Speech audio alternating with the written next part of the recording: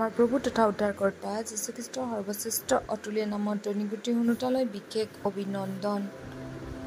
আজি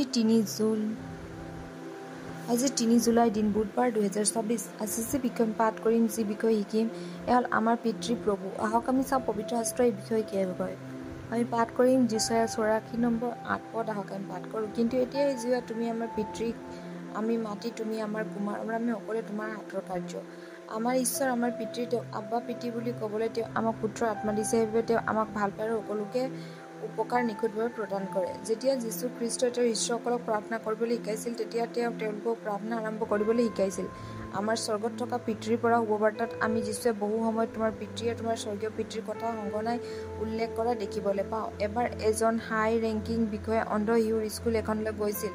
তেওঁ আছিল এজন নাস্তিক আৰু খ্ৰীষ্টিয়ান ধৰ্মক ঘৃণা কৰিছিল। এজন ছাত্ৰক ফোন কৰি এটা গান গাবলৈ ক'লে।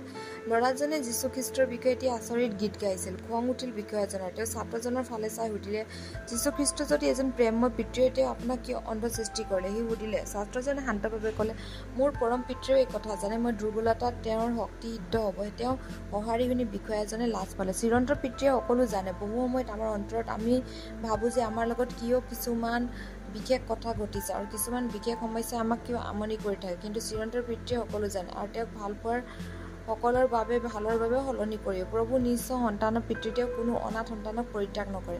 ইতিহাসত আমি দেখিবলৈ পাওঁ যে প্ৰভুৱে দুৰ্ঘটনাত পিতৃ মাতৃক হেৰুৱাই পেলোৱা মৰিচ চেৰুলৰ প্ৰতি দয়া কৰিছিল আৰু তেওঁ বিশ্ববিখ্যাত ঈশ্বৰৰ মন্ত্ৰী হিচাপে ডাঙৰ দীঘল কৰিছিল। ইজৰাইলৰ উত্তৰাধিকাৰী হোৱাৰ কেইবছৰমানৰ ভিতৰতে যুম কিপুৰ যুদ্ধ আৰম্ভ হয়। ইজৰাইলৰ সকলো ডেকাই নিজৰ দেশক ৰক্ষা কৰিবলৈ নিজৰ প্ৰাণ লৈ যুঁজিবলৈ ১৪ কোটি আৰবৰ বিৰুদ্ধে সাহসেৰে যুদ্ধ কৰিছিল। যদিও ইজৰাইলৰ জাতিয়ে জয়লাভ কৰিছিল, তথাপিও অগণন সৈনিকৰ জীৱন বলিদান দিবলগীয়া হৈছিল। তাৰ পাছত পিতৃ হেৰুৱাই পেলোৱা ল'ৰা-ছোৱালীবোৰকে ইজৰাইলৰ সংসদৰ চাৰিওফালে গোট খাই মাতিলে আৰু চিঞৰিলে, আমাক পিতৃ দিয়ক। প্ৰভুৱে তেওঁলোকক কাণ নুশুনিলে। ইয়াৰ পিছত হোৱা সকলো যুদ্ধত ইজৰাইলীসকলৰ বিজয় দি তেওঁ পিতৃ সন্তানৰ পিতৃ হ'ল।